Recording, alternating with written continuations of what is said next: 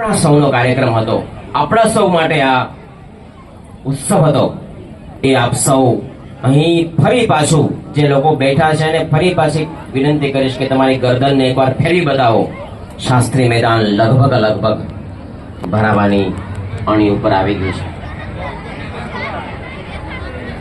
છે અને કેટલા બધા લોકોના પ્રયાસો, કેટલા બધા દિવસથી, કેટલા બધા લોકોના પ્રયાસોથી ગ્રામ્ય વિસ્તાર મુન્દ્રા તાલુકાના લગભગ ખૂબ જાણીતા એવા આપણા ગ્રામ્ય વિસ્તારના યુવાન બંધુઓ, એ મારી સામે કેટલા બધા મારા વિદ્યાર્થી મિત્રો પણ બેઠા છે. કેટલી ગૌરવની વાતો મારા માટે પણ, કે જેણે એક ગામની આખી ઝાંખી ઉપાડી લીધી.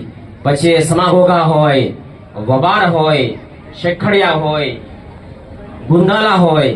ગુંદાલાના મારા મિત્રો તો ખૂબ સરસ મજાના બળદોને શણગારીને સાવ ભારતીય રીતે ભગવાન કૃષ્ણની આરાધના કરી બતાવી.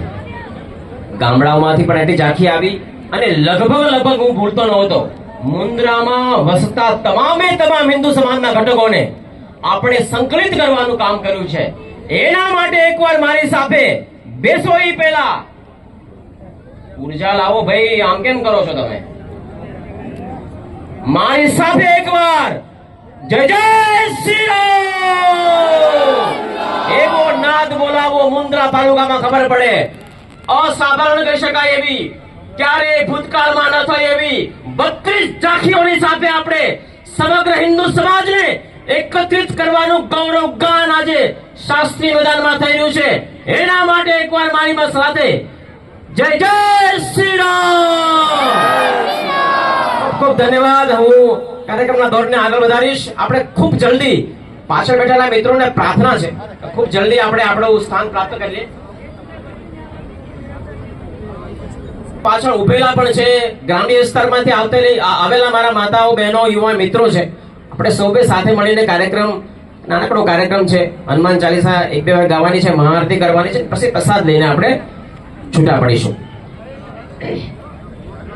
એવું છે, એને માટે એકવાર આપણે ખૂબ જલ્દી કાર્યક્રમને દોરને આગળ વધાવીએ. પોતાનું સ્થાન પ્રાપ્ત કરશે શ્રીમાન દેવજીભાઈ યાત્રા મંચ પર બિરાજમાન થાય. શ્રીમાન સુરેશભાઈ ગુપ્તા ને હું વિનંતી કરીશ કે તેઓ પોતાનું સ્થાન પ્રાપ્ત કરે. શ્રી દિનેશભાઈ ડાંગર ને હું વિનંતી કરીશ કે તેઓ ખૂબ જલ્દી મંચ પર બિરાજમાન થાય.